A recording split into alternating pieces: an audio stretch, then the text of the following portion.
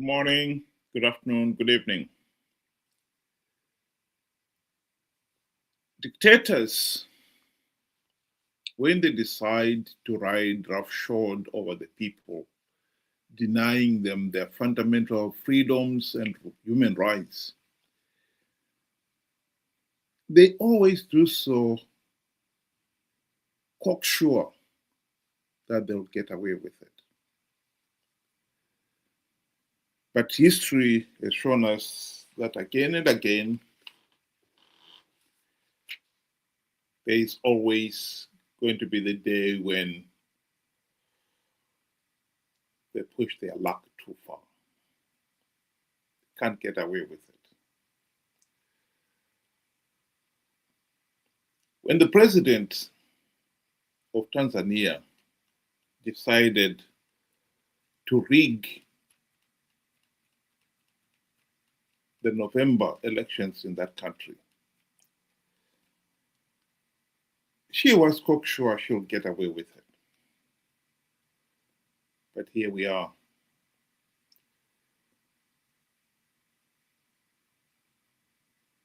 The case on, she can't shake it off. It keeps rumbling on.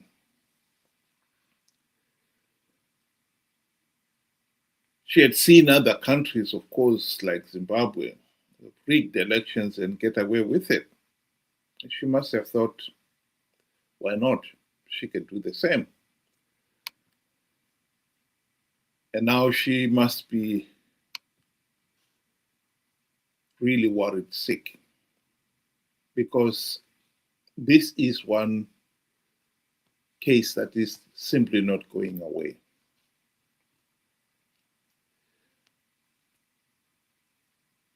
Here is the European Union making it abundantly clear that they too are aware of what has happened in Tanzania. And they are not going to pretend that things are okay. The pressure is piling on Tanzania's government for having rigged the elections.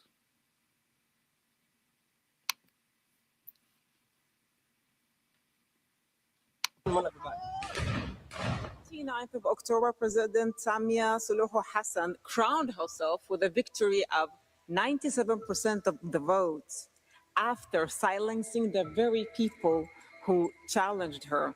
And when citizens rose up, especially the young, they were met with bullets, brutality, and a blockade on truth. Hundreds killed, hundreds injured, hundreds arrested, entire country living in fear. Let us say his name clearly. Tundu Lissu, the opposition leader charged with treason, locked away simply because he exercised his democratic right to run for elections. And his imprisonment is a broader assault on democracy in Tanzania that is taking away all the promises to the Tanzanian people of their freedom. And to the Tanzanian people, we have heard you. We are on your side. This House has chosen to stand by you.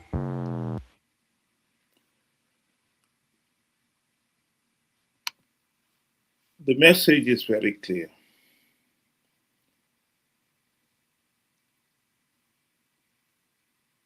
The world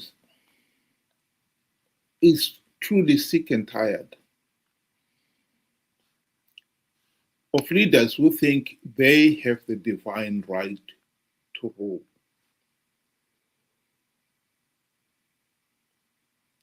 And I think the European Union is sending a very clear message here. Yes, there are regimes out there, dictators out there, who are saying, well, who cares about the European Union? Africa's own institutions In this particular case, SADC, election observers, condemned what happened in Tanzania. What's the point of SADC coming up with the rules and guidelines on the conduct of democratic elections if those rules are disregarded?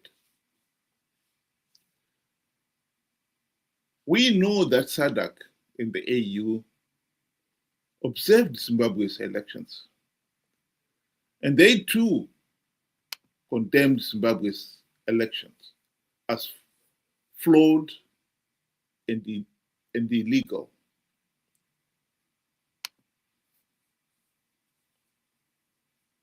The same way that they've condemned the elections in Tanzania. We have to move as a people away from this rather narrow-minded mentality that democracy is democracy for Europe and there's democracy for North America and democracy for another form of democracy for South America and so on and so forth. The fundamentals of free, fair, and credible elections are universal. We in Zimbabwe, when we're fighting for our independence, one of the key requirements is that we wanted one man, one vote. The one man, one vote has to be a meaningful vote. What we have seen in Zimbabwe, for instance, is not one man, one vote. If people are coerced to attend ZANU-PF rallies, frog marched to go in to the polling station to vote for the regime, that is not one man, one vote. That is not a free, fair, and credible process.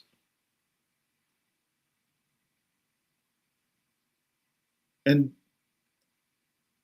the condemnation of the process must be universal. The African Union election observers condemned Tanzania's election process as flawed. SADC condemned Tanzania's election process as flawed. And I think the increased pressure from other nations like the European Union will force some of our dictators to think twice before they ride roughshod over the people.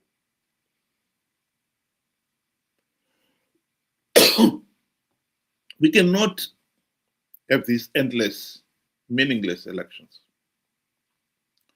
What is happening in Tanzania and the condemnation is being felt, like it or not, in Zimbabwe too. I don't think, as much as ZANU-PF would want to pretend that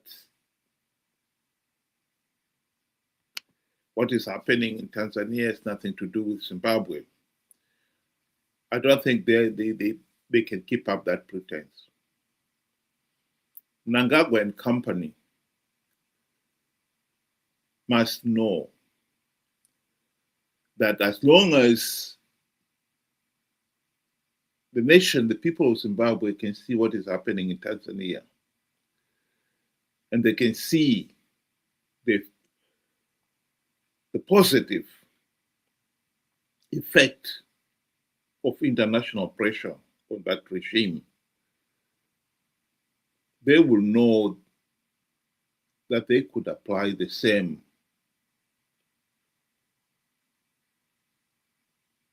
to their own country. We are facing 2028 elections. ZANU-PF have not implemented even one token reform since the last elections, in 2023. They are counting on Chamisa and company to con their followers to participate in the flawed elections in their millions, because that is what ZANU-PF needs to get away with it. But many Zimbabweans are waking up to the reality that the opposition, Chamisa and company, are corrupt, incompetent, liars, and conmen.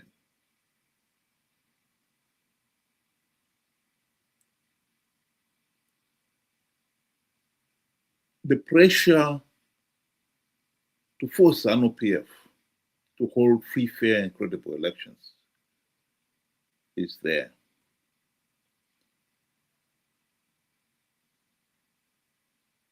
The regime would not hold free, fair, and credible elections as long as it knows that it can rig the elections and get away with it. What we must send, the message we must send to ZANU-PF is that you're not going to get away with it in 2028. Because instead of millions of so-called opposition supporters participating in those flawed elections, this time you may find that Chamisa and company will not be able to con so many people, because so many people now know that Chamisa and company as ZANU-PF Team B in all but name, playing for Team A to win and for Team A to have legitimacy. Chamisa lied when he said he had plugged the vote-rigging loopholes to con people to participate in 2023 elections. He is gearing to lie again to the people to con them to participate in 2028 elections.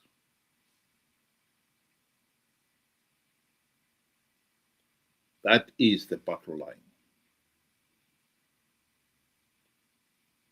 Stop people being conned by Chamisa to participate in flawed elections, and you deny ZANU-PF legitimacy.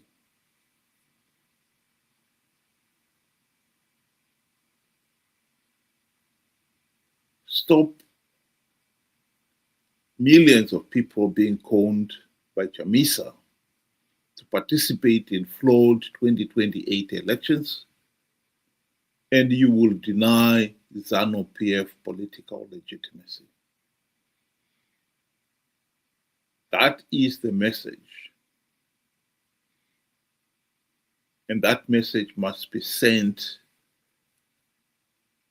and hammered in the 2 million or so people who were conned in 2023 by Chamisa. It's not an impossible task. It can be done. Indeed, it must be done. Think about it. Thank you very much. Have a good afternoon.